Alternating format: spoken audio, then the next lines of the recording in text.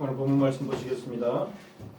오늘 본문 말씀은 출애굽기 6장 2절로 13절까지 말씀입니다. 구약성경 출애굽기 6장 2절로 13절까지 말씀 제가 봉독해 드리겠습니다. 하나님이 모세에게 말씀하여 이르시되 나는 여호와이니라. 내가 아브라함과 이삭과 야곱에게 전능의 하나님으로 나타났으나 나의 이름을 여호와로는 그들에게 알리지 아니하였고 가나안 땅 곧 그들이 거류하는 땅을 그들에게 주기로 그들과 언약하였더니 이제 애굽 사람이 종으로 삼은 이스라엘 자손의 신음소리를 내가 듣고 나의 언약을 기억하노라.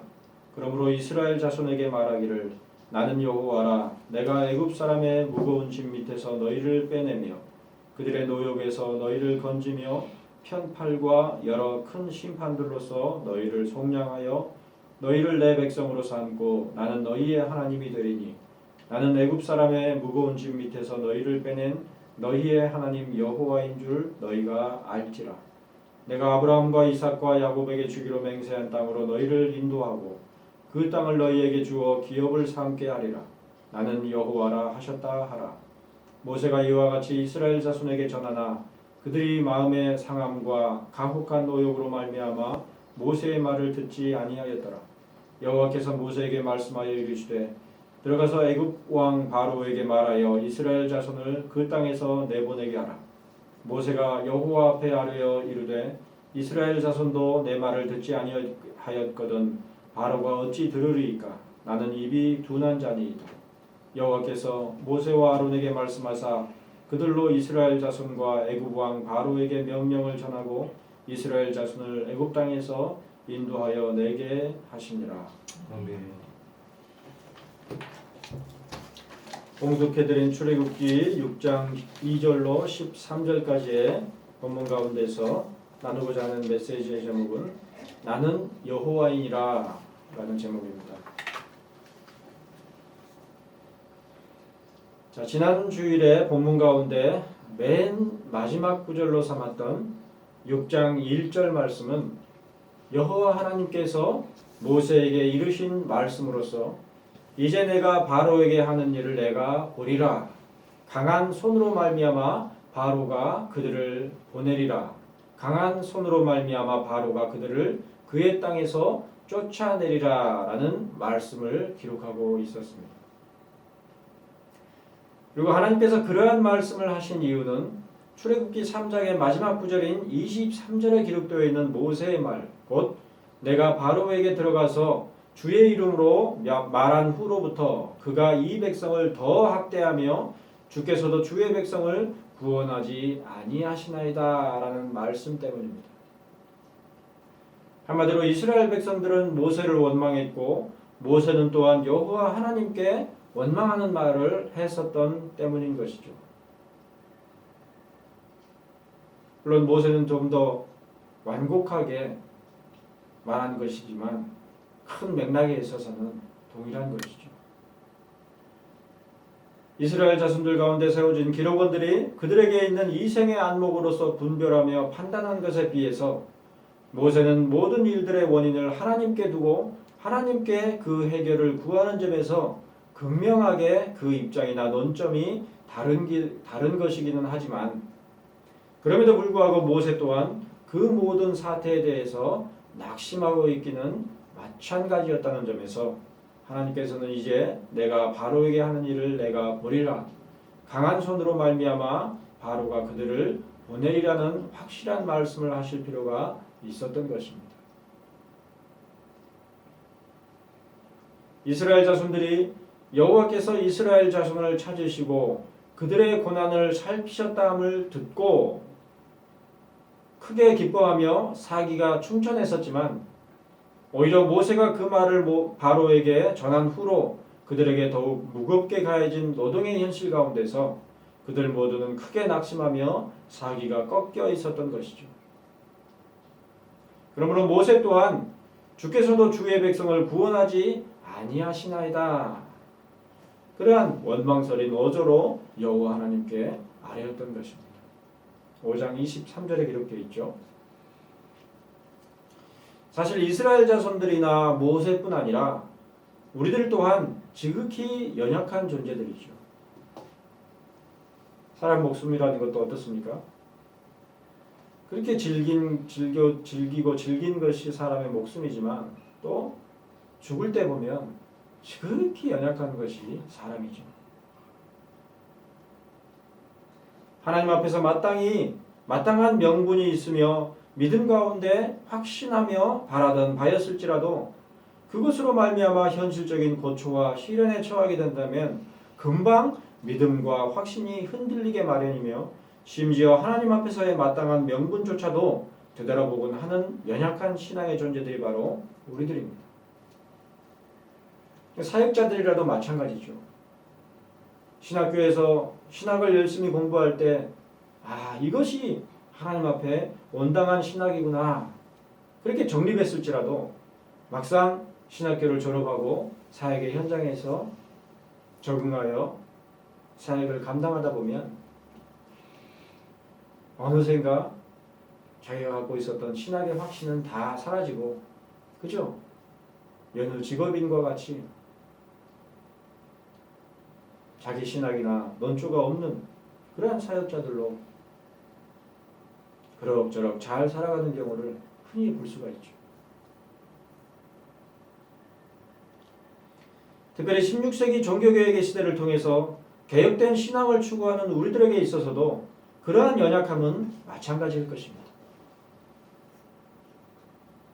하나님의 말씀에 근거하여 하나님의 말씀대로의 신앙을 추구하고 견지하려는 우리들의 신앙 가운데서도 곧장 개혁된 신앙이 원숙해지며 또한 금방 신앙의 모든 부분들에 걸쳐서 개혁이 단행되는가 하면 전혀 그렇지 않은 경우가 대부분이죠. 그러므로 개혁된 바르고 참된 신앙을 추구한다 할지라도 당장에 우리들 자신에서부터 이를 감당할 수 없을 것이라는 인식과 현실적인 어려움에 봉착하곤 하는 것입니다. 이 시대에는 개혁신앙을 온전하게 추구한다는 것은 어려울 거야.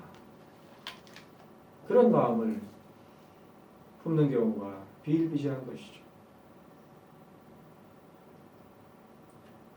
하지만 출애굽기 5장에서 이스라엘 자손들이 직면한 상황이 어떠합니까? 그들에게는 우리들처럼 스스로의 연약함이나 게으름 혹은 핑계와 같은 어려움이 아니라 학대의 상황, 그것도 상식적인 선을 훨씬 벗어나는 악조건 가운데서의 노동에 시달려야만 하는 가혹하고도 지속적인 학대에 직면해야만 했었습니다. 적어도 출애굽이 실제로 이루어지기까지 그들은 이처럼 악조건 가운데서의 가혹한 노동에 시달려야만 했던 것이죠. 무엇 때문에요? 여호와 하나님의 말씀하신 것 때문에.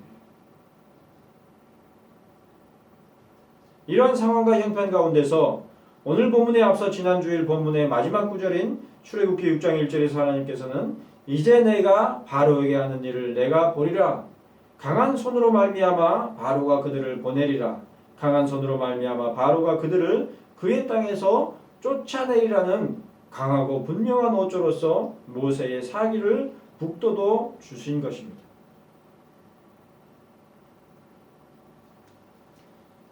그러나 우리들은 강한 손으로 말미암아 바로가 그들을 보내리라는 말씀이 이루어지기까지 10가지 재앙이 애굽에 닥쳤던 것을 잘 알고 있을 것입니다. 곧장 하나님께서 말씀하신 대로 출애굽이 이루어졌느냐 하면 그렇지 않죠. 하나님께서는 그처럼 강하고 단호한 어조로 그들이 애굽을 나오게 될 것임을 말씀하셨지만 정작 그 일이 실제로 이루어지기까지는 10번의 재앙과 그 가운데서도 번번이 그 마음을 완악하게 하는 바로의 억세고 간악한 고집을 바라봐야 했던 것입니다. 특별히 출애굽기 10장 28절로 29절 말씀에 기록된 애굽의 9번째 재앙인 흑암이 땅에 가득하게 되는 재앙 이후에 바로와 모세 사이의 대화 가운데서 우리들은 모세가 얼마나 바로의 고집에 넌덜머리가 났을지를 짐작해 볼 수가 있습니다. 28절에서 바로는 애굽 온 땅 위에 흑암이 가득하게 되는 재앙으로 말미암아 그야말로 억지로 이스라엘 자손들을 내어보낼 수밖에 없게 된 상황에서 너는 나를 떠나가고 스스로 삼가 다시 내 얼굴을 보지 말라. 내가 내 얼굴을 보는 날에는 죽으리라. 이렇게 말했습니다. 한마디로 다시 한번 그의 앞에 나와 무언가 요청하거나 전하려고 한다면 그 즉시 죽일 것이다. 이렇게 으름장을 놓은 것이죠.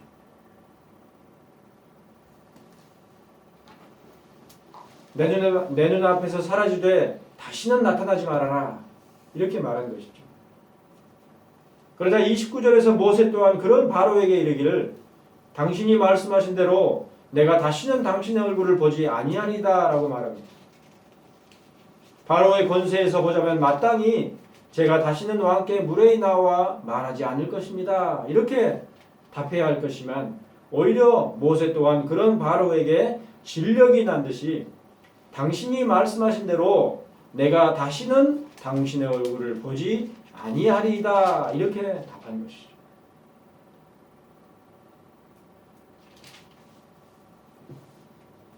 이처럼 오늘 본문에 앞서 6장 1절에서 여호와 하나님께서는 이제 내가 바로에게 하는 일을 내가 보리라.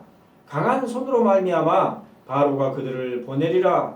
강한 손으로 말미암아 바로가 그들을 그의 땅에서 쫓아내리라고 말씀하셨지만 그 후로도 5장에 걸쳐서 애굽에 내린 10가지 재앙과 그러한 재앙 앞에서도 완악하기만 한 바로의 고집과 변덕에 직면해야만 했던 것이 바로 출애굽기의 생생한 과정들인 것입니다. 그러므로 모세와 이스라엘 자손들은 여호와 하나님의 강한 손으로 말미암아 그들이 애굽을 나오기까지 무수히 마음을 조이면서 애타게 자유를 갈망해야만 했을 것입니다. 하나님께서 이렇게 말씀하셨으니까 당장 애굽을 떠나게 될 것이다 이렇게 생각했을 수도 있겠지만 전혀 그렇지 않고 10가지나 되는 재앙이 내리고 그럼에도 불구하고 번번이 바로는 그 마음을 완악하게 고집을 피우는 그런 일들을 다 겪어야만 했던 거죠. 이전에도 언급한 바 있지만 하나님께서는 그의 뜻과 목적하신 바를 우리가 흔히 생각할 수 있는 바와 같이 효율적인 방식으로 이루시는 분이 아니십니다. 오히려 하나님의 뜻은 단순하고 직접적으로 이루어지는 것이 아니라 그 뜻의 방향과 의도를 도무지 알기 어려운 방식으로 심지어 모든 일들이 하나님의 뜻에 따라 이루어지는 것이 전혀 아닌 듯한 방식으로 이루어지곤 하는 것을 볼 수가 있습니다. 그런 점에서 하나님의 뜻과 하나님의 섭리를 인간이 분별하기란 쉽지가 않죠. 믿음이 아니고서는 그런 하나님에 대해서 확신할 수가 없는 것이죠. 그런데 하나님의 그러한 뜻, 우리가 흔히 생각할 수 있는 바와 같이 효율적인 방식으로 이루시지 않으시는 하나님의 뜻이 이루어지는 안목 가운데서 출애굽기의 역사들을 바라볼 때에 우리들은 비로소 출애굽기 7장에서부터 시작되는 10가지나 되는 재앙을 통해서 이스라엘 자손들을 애굽에서 이끌어내시는 하나님의 진정한 의도와 뜻을 가늠해 볼 수가 있습니다. 가장 효율적으로 단번에 애굽을 나오도록 하시지 않으시고 왜 10가지나 되는 재앙을 내리시고 또 그 가운데서 바로의 마음을 완악하게 하셨는가? 그 이유를 우리가 짐작해 볼 수가 있는 것이죠. 바로 그러한 시선과 안목이 없이 출애굽기 7장 이후의 일들을 바라본다고 한다면 하나님의 일들은 도무지 더디 이루는 것일 뿐만 아니라 심지어 전혀 이뤄질 가망이 없는 것으로까지 보일 수가 있는 것입니다. 우리 현실의 삶에서도 그렇잖아요. 그렇죠?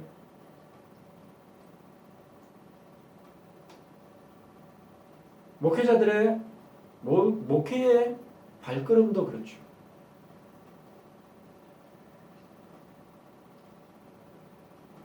거듭 말씀드리지만 우리의 신앙과 삶에 있어서 유일하고 확실한 소망은 오직 하나님으로 말미암습니다. 누군가도 아니고 자기 자신도 아니고 오직 하나님으로 말미암는단 말이에요. 세상의 가치관과 문화는 온통 인간이 이룬 공로들의 찬사를 보내며 인간 자신에게 있는 역량과 자질들을 바라보며 기대하지만 성경의 전체 맥락 가운데서 이루어지는 하나님의 작정하심과 그 구체적인 섭리들을 바라보는 시선과 안목으로 지금 우리들이 살아가고 있는 시대와 역사를 바라본다고 한다면 오직 이 모든 것들을 지으시고 다스리시며 또한 보존하시는 하나님만이 유일하고 확실한 소망이라는 사실을 고백하지 않을 수가 없는 것입니다.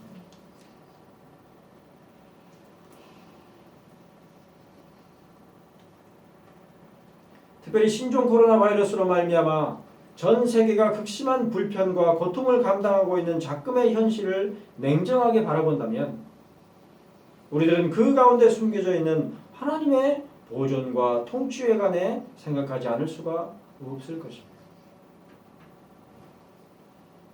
신종 코로나 바이러스는 바이러스로서의 특성상 단독으로는 생존할 수가 없다고 합니다. 그러므로 대기 중에 홀로 있게 되면 수시간 내에 사멸해버리고 마는 연약한 바이러스죠. 더군다나 바이러스의 크기 또한 여타한 바이러스들 가운데 가장 크다고 하니 생명체를 숙주로 하여 존재하지 않는 이상 자연 상태로는 지극히 연약한 존재일 뿐입니다. 또한 그처럼 바이러스 가운데서 상당히 연약한 존재인 신종 코로나 바이러스는 사람의 비말에 의해 전파되는 그 특성으로 말미암아 전 세계에 엄청난 불편과 제약을 가하고 있습니다. 역설적이죠. 비말 입자라는 것은 상당히 큰 입자란 말이에요. 바이러스보다 훨씬 큰 입자죠. 그 말은 무슨 말입니까? 쉽게 걸러질 수 있는 그런 방편을 통해서 전파되는데 그것으로 말미암아 지금 전 세계가 극심한 불편과 제약을 겪고 있는 것이죠. 그렇지만 원래 사람의 비말에 의해 비로소 전파될 수 있는 그러한 특징은 바이러스로서는 상당히 불리한 조건입니다. 말씀드렸다시피 사람의 비말은 바이러스 자체보다도 훨씬 크기 때문에 지극히 작은 바이러스의 장점을 상당 부분 감쇄시키는 요인이 되기 때문입니다. 그러니까 바이러스는 훨씬 작기 때문에 걸러내기가 쉽지 않지만 그 바이러스가 묻어서 전파되는 비말 자체는 훨씬 입자가 크기 때문에 마스크로 얼마든지 걸러낼 수가 있는 것이죠. 하지만 그러한 단점이라 할 수 있는 코로나 바이러스의 특성이 무수한 변이와 더불어서 전 세계인들의 생활을 제약하고 심지어 마비시키기까지 하는 요인이 되었고 심지어 방역에 대한 사람들의 의식을 완전히 탈바꿈시켜서 더 이상 과거와 같이 사회적 거리의 개념을 생각하지 않는 생활로 돌아갈 수 없다고 할 만큼 강력한 영향을 끼치고 있습니다. 거의 트라우마 수준의 그런 영향을 미치고 있는 것이죠.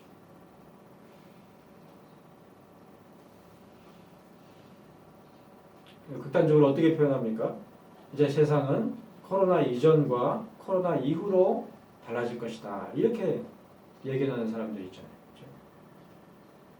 이러한 신종 코로나 바이러스의 특성과 그로 인한 파급력에도 하나님의 섭리 혹은 하나님의 뜻이 담겨 있을지 우리들은 쉽게 확신하기 어렵지만 그럼에도 불구하고 하나님의 섭리를 떠나서 일어나는 일들은 없으며 심지어 하나님의 뜻과 섭리를 거슬러 행하려고 하는 인간의 완악한 생각과 계획조차도 하나님의 섭리와 전혀 상관이 없이 이루어지는 것이 아니라는 점에서 작금의 신종 코로나 바이러스가 창궐하게 된 데에는 하나님의 모종의 뜻과 섭리가 분명하게 역사하고 있는 것입니다.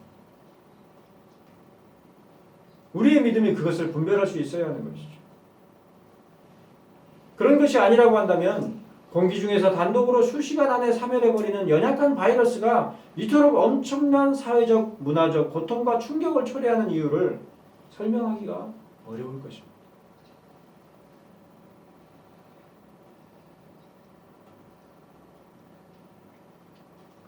사실 우리들은 흔히 이해할 수 없는 곤란한 지경에 이르게 되면 흔히 테오도시 즉 신정론이라고 하는 문제를 고민하곤 하는데 정작 그러한 신정론을 설명할 수 있는 것은 하나님밖에 다른 존재에 의해서는 불가능하다는 사실을 간과하고서 그러한 고민을 하는 것 같습니다. 과연 하나님이 계신가? 하나님의 통치가 어떠한가에 대해서는 하나님밖에는 알릴 수가 없단 말이에요. 근데 신정론에 대해서 고민하고 방황하는 자들은 어떻습니까? 스스로 그것을 찾아내려고 하죠. 하나님께서 하시는 일들은 하나님이 아니고서는 결코 설명할 수가 없는데도 불구하고 우리들은 우리의 안목과 기준에 의해서 하나님의 섭리와 심지어 존재까지도 의심하곤 하는 것입니다. 그래서 심지어는 하나님이 없다고 결론을 내리기까지 하는 것이죠. 잘 알고 있는 바이겠지만 하나님께서는 영이시며 불가해한 분이십니다. 우리의 이해를 초월하는 분이란 말이에요. 그러므로 그의 존재는 눈으로 볼 수 없고 사람의 생각으로 이해할 수 없으며 또한 그가 하시는 일들에 대해서도 그 하시려는 것을 아시는 하나님 외에는 알 수도 설명할 수도 없는 것입니다. 우리들의 신앙은 바로 그러한 하나님에 대한 이해와 전제를 바탕으로 비로소 성립해 있는 것이죠. 하나님의 뜻이 어떠한 것인지에 대해서는 하나님만이 아신다고요. 바로 그러한 맥락 가운데서 오늘 메시지의 본문인 출애굽기 6장 2절에서 모세는 기록하기를 하나님이 모세에게 말씀하여 이르시되 나는 여호와니라 그랬습니다.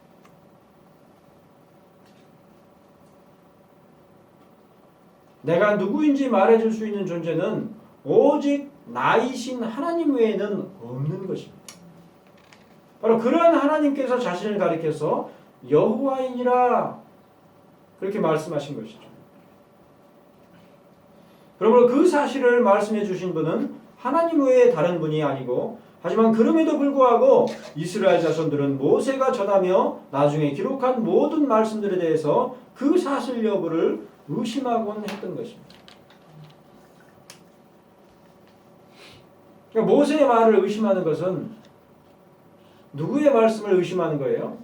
하나님의 말씀을 의심하는 거죠. 이스라엘 백성들이 실제로 그랬단 말이에요. 그들은 지난 주일에 함께 살펴본 이스라엘 자손의 기록원들처럼 눈에 보이는 것으로만 모든 일들의 원인을 찾을 뿐인 자들이었습니다. 그러므로 눈으로 볼 수 없고 사람의 생각으로 이해할 수 없는 하나님의 존재에 대해서는 고려하지 못하고 그들 눈앞에 있는 모세에게서만 모든 일들의 원인을 생각했었던 것입니다. 오늘날 우리들이 갖고 있는 체험신앙이라는 것도 이런 맥락이죠. 우리들의 감각과 우리들의 이성과 우리들의 바라는 바 그런 것에 대입해서 하나님과 하나님의 뜻을 생각하는 그러한 신앙. 그러나 참된 신앙은 어떤 것입니까? 오직 하나님께서 가르치시고 하나님께서 드러내신 만큼만 깨닫고 추구하는 그런 신앙이죠. 그러나 오늘 본문에서 여호와 하나님께서는 지난 주일에 살펴본 마태복음 13장의 4가지 땅에 씨를 뿌리는 비유에 의미하는 바를 그의 제자들에게 자세히 설명해 주신 예수 그리스도와 같이 그의 사역자인 모세에게 자신에 관하여 나는 여호와니라 이렇게 말씀하여 이르셨습니다. 이스라엘 모든 회중들에게 나타나셔서 나는 여호와이니라 이렇게 말씀하신 것이 아니라 오직 모세에게만 그렇게 말씀하셨다는 것이죠. 또한 계속해서 오늘 본문 3절에서 여호와 하나님께서는 이르시기를 내가 아브라함과 이삭과 야곱에게 전능의 하나님으로 나타났으나 나의 이름을 여호와로는 그들에게 알리지 아니하였다 이렇게 말씀하셨습니다. 그러면서 이어지는 4절로 5절에서는 가나안 땅 곧 그들이 거류하는 땅을 그들에게 주기로 그들과 언약하였더니 이제 애굽 사람의 종으로 삼은 이스라엘 자손의 신음소리를 내가 듣고 나의 언약을 기억하노라고 말씀하신 것으로 모세는 기록하고 있죠.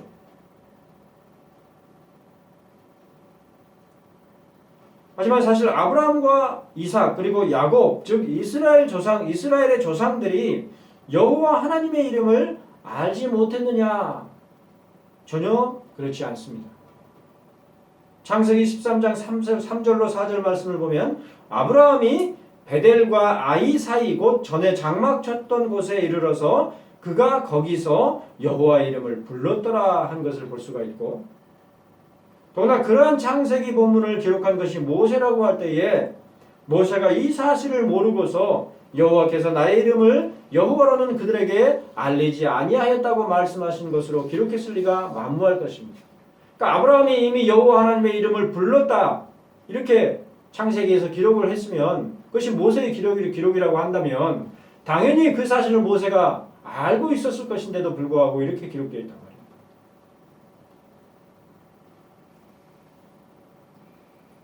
이런 점들 때문에 과거에 문서 비평이나 이런 것을 통해서 본문을 해석하는 그러한 신학자들은 창세기가 모세가 쓴 것이 아니다 이렇게 주장하기까지 했던 것이죠.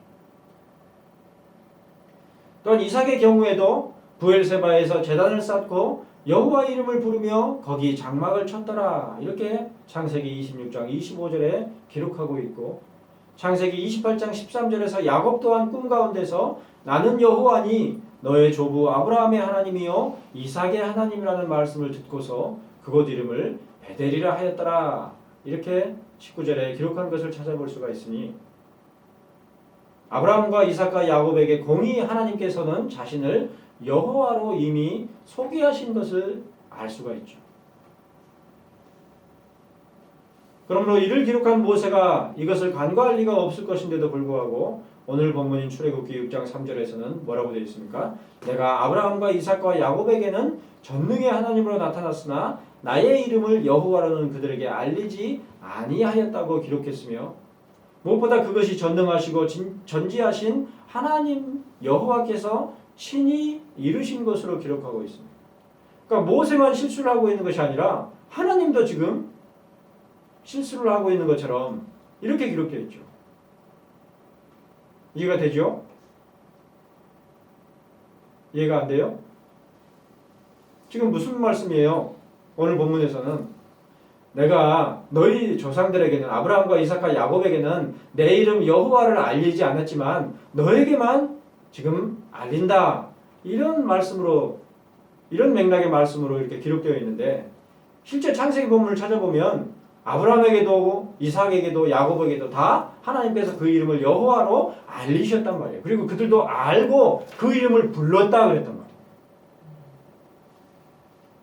그러니까 서로 안 맞는 거죠, 기록이. 근데 모세가 실수로 그렇게 기록을 했다고 변명을 할 수도 있겠지만 오늘 본문에는 뭐라고 되어 있어요? 하나님께서 그렇게 말씀하신 것으로 되어 있단 말이에요.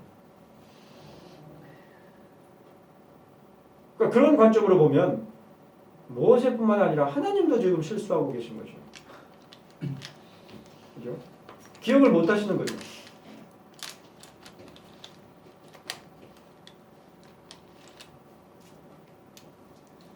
자, 그런데 출애굽기 6장 3절에 관한 제네바 바이블의 주석을 보면 내가 아브라함과 이삭과 야곱에게 전능의 하나님으로 나타났으나 라는 말씀은 여호와 하나님께서 이스라엘 자손의 조상들에게 약속하신 것들을 실제로 수행하실 것임을 의미하는 것이다 이렇게 주석한 것을 볼 수가 있고, 또한 나의 이름을 여호와로는 그들에게 알리지 아니하였다는 말씀은 하나님 자신이 변치 않으실 것이고 자신이 약속하신 바를 반드시 이루실 것을 선언하는 의미다 이렇게 설명한 것을 볼 수가 있습니다. 특히 알리지 아니하였고라는 문장에서 알다라는 의미의 히브리어 야다는 PL형으로서 알다라는 1차적인 의미와 더불어서 경험으로 배우다 혹은 경험으로 알다라는 의미를 지닌 동사입니다. 그러므로 아브라함과 이삭과 야곱에게는 하나님께서 그 언약하신 바를 경험하여 알도록 하시지는 않았지만 이제 출애굽한 이스라엘 자손들에게는 그 언약이 성취되는 것을 경험하여 알도록 하시겠다 이렇게 말씀하신 것이죠. 너희 조상들은 멀리서 그 언약에 이루어질 것을 믿음으로 바라보고 기뻐하고 감사하는 정도였지만 너희들은 실질적으로 경험하고 그 가운데서 하나님께서 전능하시다는 사실을 알게 될 것이다. 이런 의미의 말씀인 것이죠.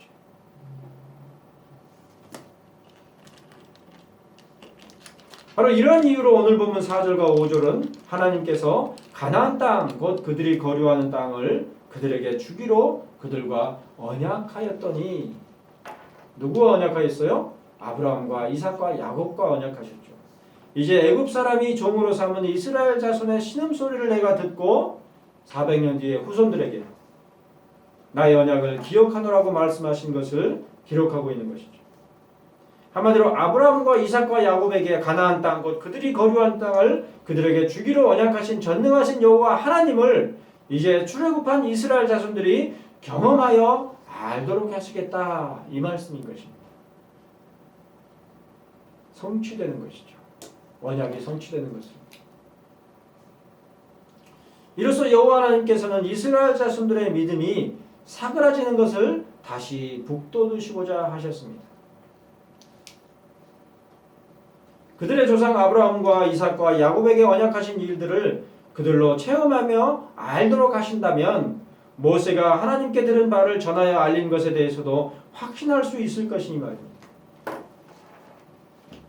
출애굽기 4장 5절에서 이는 그들에게 그들의 조상의 하나님 곧 아브라함의 하나님, 이삭의 하나님, 야곱의 하나님 여호와가 내게 나타난 줄을 믿게 하시려고 뱀이 되는 지팡이가 뱀이 되고 또 품에 넣은 손에 문둥병이 나와서 휘어졌다가 다시 품에 넣으면은 회복되는 그러한 이적을 예비하셨던 것처럼, 또한 아브라함과 이삭과 야곱에게 나타나신 엘 샤다이 곧 전능의 하나님을 확신하도록 그들의 조상들에게 언약하신 일들을 이루시리라, 이렇게 선언하시는 말씀인 것이죠.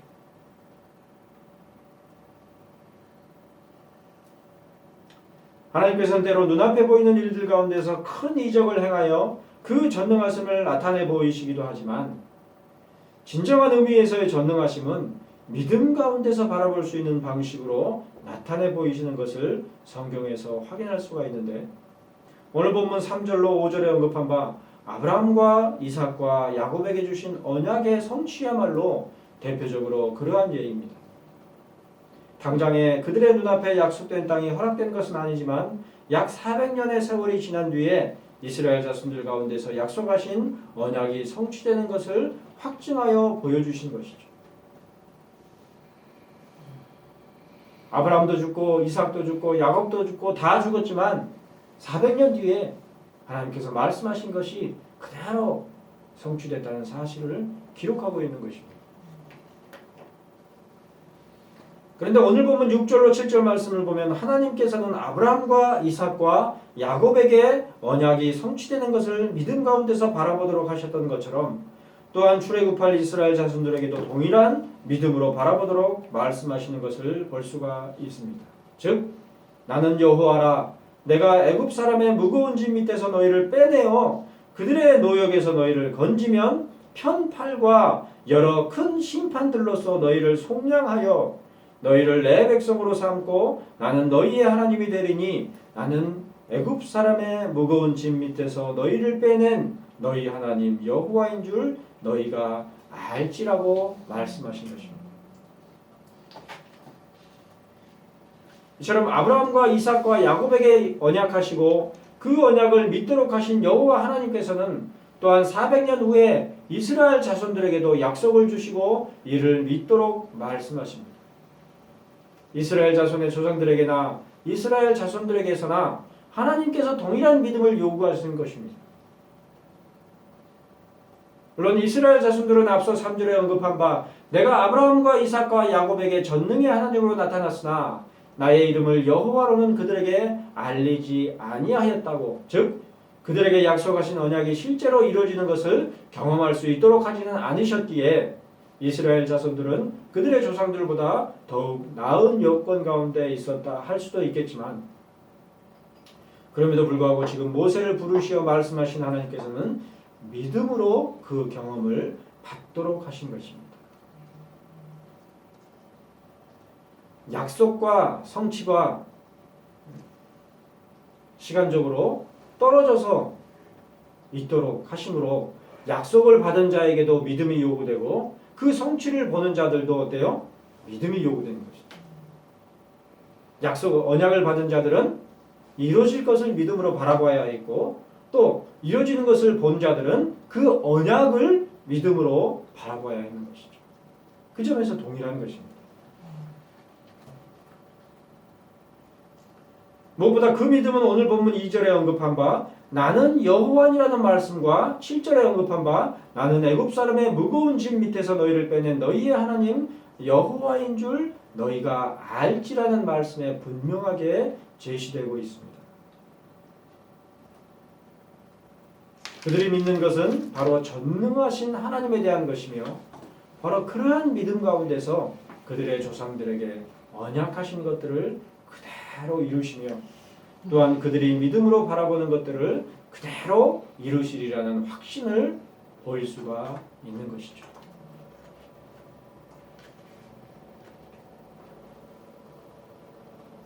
그러나 안타깝게도 오늘 본문 9절은 기록하기를 모세가 이와 같이 이스라엘 자손들에게 전하나 그들이 마음의 상함과 가혹한 노역으로 말미암아 모세의 말을 듣지 아니하였더라 그랬습니다. 믿음이 없는 것이죠. 그들의 안목은 믿음이 아니라 상한 마음과 가혹한 노역의 현실밖에는 볼 수가 없는 지경에 있었으니 참으로 유일하고 가장 확실한 위로가 되는 말씀이 모세의 입술을 통해 전해짐에도 불구하고 그들은 이를 전혀 듣고자 하지 않은 것입니다.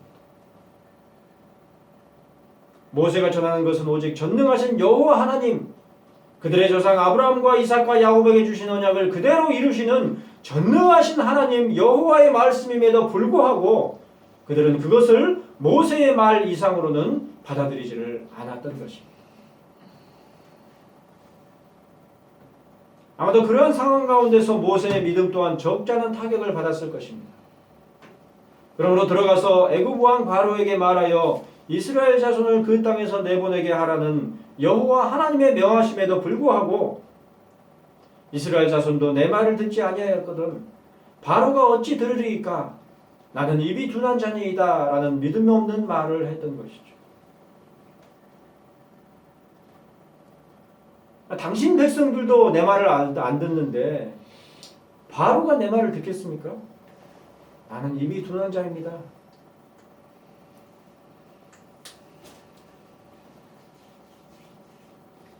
하지만 오늘 본문은 더 이상의 변론이나 설명이 없이 13절에서 곧장 여호와께서 모세와 아론에게 말씀하사 그들로 이스라엘 자손과 애굽 왕 바로에게 명령을 전하고 이스라엘 자손을 애굽 땅에서 인도하여 내게 하시리라고만 분명하게 기록하고 있습니다. 앞서 출애굽기 4장에서 오 주여 보낼 만한 자를 보내소서라고 모세가 말했을 때에 노하시며 이르시기를 레위 사람 내 형 아론이 있지 아니하냐 그가 말 잘하는 것을 내가 아노라 하고 말씀하시고 또한 지팡이를 손에 잡고 그것으로 이적을 행할지니라고 말씀하셨던 것과는 달리 오늘 본문 13절에서는 다만 그들로 이스라엘 자손과 애굽 왕 바로에게 명령을 전하고 이스라엘 자손을 애굽 땅에서 인도하여 내게 하시니라 이렇게만 간략히 기록하고 있는 것입니다.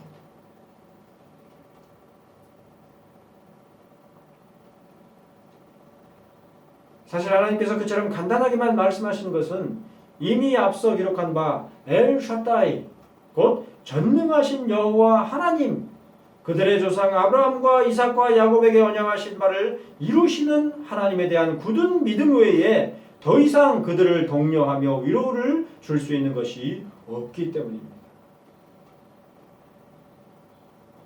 그야말로 믿음 외에 더 이상의 답변과 설명이 필요치 않은 것이 바로 당시의 상황이었던 것이죠.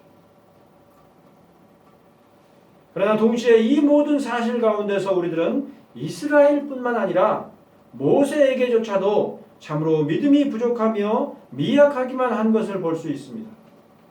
그리고 그들의 믿음과 신실함으로 말미암아 여호와 하나님의 언약이 신실하게 이루어질 수 있는 것이 아니라 오히려 하나님으로 말미암아서 그러한 믿음까지도 그들 가운데서 확실하게 나타날 수 있다는 사실을 깨달을 수가 있는 것입니다. 물론 하나님께서 이스라엘 자손에게 믿음을 요구하시며 또한 그들이 믿는 바대로 이루어지는 데에 있어서 모세와 아론의 사역을 사용하시지만 그럼에도 불구하고 그 모든 언약의 성취됨은 그들 자신의 믿음이나 모세와 아론의 사역으로 인해서가 아니라 언약에 신실하신 전능하신 하나님으로 말미암음이 분명하다는 사실을 오늘 본문 가운데서 우리들은 확신할 수가 있는 것입니다.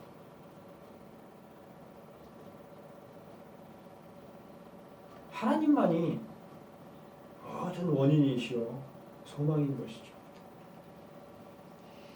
그 점에 있어서는 지금 우리들의 믿음과 신앙 또한 마찬가지입니다. 창세기로부터 계시록에 이르기까지 약속하시고 가르쳐 주신 하나님의 언약과 섭리의 모든 일들 또한 우리 자신의 수고와 헌신으로 말미암아서가 아니라 하나님의 전능하심으로 비로소 가능하게 되는 것이라는 사실을 오늘 본문은 교훈하고 있는 것이죠. 우리가 하나님의 나라를 앞당기고 마지막 때를 앞당길 수 있는 것이 아니라 하나님의 나라를 확장시키고 마지막 때를 앞당길 수 있는 것이 아니라 하나님에 의해서 하나님의 때에 모든 것이 다 이루어지는 것이죠.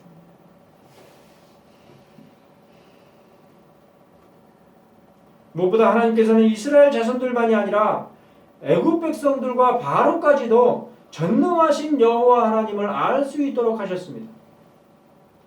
그토록 전능하신 하나님 여호와께서 단번에 이스라엘 자손들을 애굽에서 나오도록 이끄시지 않으시고 출애굽기 11장에 이르기까지 10가지의 재앙을 내리신 것에서 알 수 있듯이 전능하신 하나님 여호와의 이름은 이스라엘 자손들뿐만 아니라 애굽 백성들과 바로 그리고 믿지 않는 자들이었던 우리들까지도 확신할 수 있을 만큼 강력하고도 분명하게 알려진 것입니다.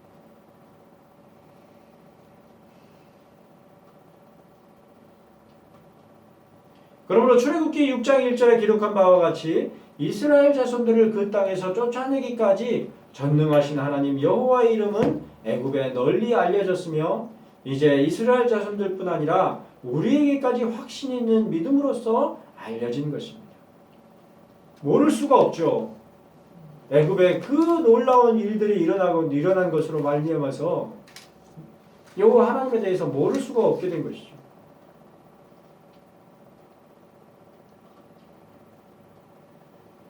비유를 들자면 하나님께서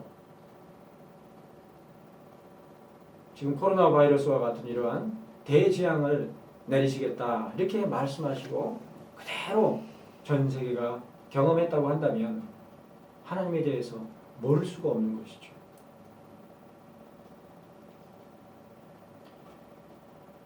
그러므로 출애굽기 6장 1절에 기록한 바와 같이 이스라엘 자손들을 그 땅에서 쫓아내기까지 전능하신 하나님 여호와의 이름은 애굽에 널리 알려졌으며 이제 이스라엘 자손들뿐만 아니라 우리에게까지 분명하게 알려진 것을 확신할 수가 있는 것이죠. 이처럼 우리 하나님께서는 마치 모든 일들이 이스라엘 자손들의 믿음의 여부와 그들이 끄집어내서 보여주는 믿음의 정도 그리고 무엇보다 하나님의 사역자들인 모세와 아론의 믿음과 순종의 여부와 정도에 따라 이루어지기라도 한 듯한 방식으로 이루어집니다. 그러므로 참된 믿음, 곧 하나님의 택하심 가운데서 그분의 설명하시는 것을 보고 듣는 복된 자들에게만 비로소 하나님의 전능하심이 확실하게 입증되는 것입니다. 마치 우리의 결단과 수고가 없이는 전혀 하나님의 뜻하시는 것조차도 이루어지지 못하기라도 하는 듯하게 하나님께서는 그의 뜻하시는 바를 이루시는 분이십니다. 오늘 본문 2절에서 나는 여호와니라고 말씀하실 때에 그 이름에는 바로 그러한 전능하심이 선포된 것이며 또한 오늘 본문 7절에서 너희의 하나님 여호와인 줄 너희가 알지라고 말씀하신 것에도 바로 그러한 전능하신 하나님 여호와를 깨달으라는 요구와 교훈이 담겨 있는 것입니다. 믿음을 통해서 분별하지 않고서는 도무지 하나님의 일로 분별되지 않을 정도로 오른손이 한 일을 왼손이 모르는 그러한 방식으로 하나님께서 그 뜻하시는 바를 이루시지만 그것이 전능하시다는 것이라는 사실을 분명하게 성경을 통해서 우리에게 깨닫게 하십니다. 믿음이 없이는 다 사람의 일로만 보인다. 그런즉 이 모든 말씀을 마치 눈으로 보는 듯이 믿음으로 받아들여 아멘으로 화답하는 우리들도 마땅히 그러한 요구와 교훈으로서 오늘 본문에 담긴 의미들을 깨달아야만 할 것입니다. 마치 오늘 본문 가운데서 모세가 전한 바 하나님께서 이르신 모든 말씀을 듣고서도 그들 마음의 상함과 가혹한 노역으로 말미암아 듣지 아니한 이스라엘 자손들과 같은 자리에 거하지 말아야만 하는 것이죠. 또한 마태복음 13장에 기록된 바 너희가 듣기는 들어도 깨닫지 못할 것이요 보기는 보아도 알지 못하리라고 한 이사야 6장 9절 말씀이 그대로 적용된 해변에 모인 큰 무리들이 아니라 너희 눈은 봄으로 너희 귀는 들음으로 복이 있도다. 내가 진실로 너희에게 이르노니 많은 선지자와 의인이 너희가 보는 것들을 보고자 하여도 보지 못하였고 너희가 듣는 것들을 듣고자 하여도 듣지 못하였느니라는 예수 그리스도의 말씀을 들은 제자들과 같이 아울러 말씀을 듣고서 즉시 기쁨으로 받되 그 속에 뿌리가 없어 잠시 견디다가 말씀으로 말미암아 환난이나 박해가 일어날 때에는 곧 넘어지는 자가 아니라 말씀을 듣고 깨닫는 자로서 100배, 60배 혹은 30배로 결실하는 신실한 믿음의 자손들이 되시기를 전능하신 하나님 여호와의 이름으로 축복하며 권하는 바입니다. 기도하시겠습니다. 아버지 하나님, 오늘도 주신 말씀과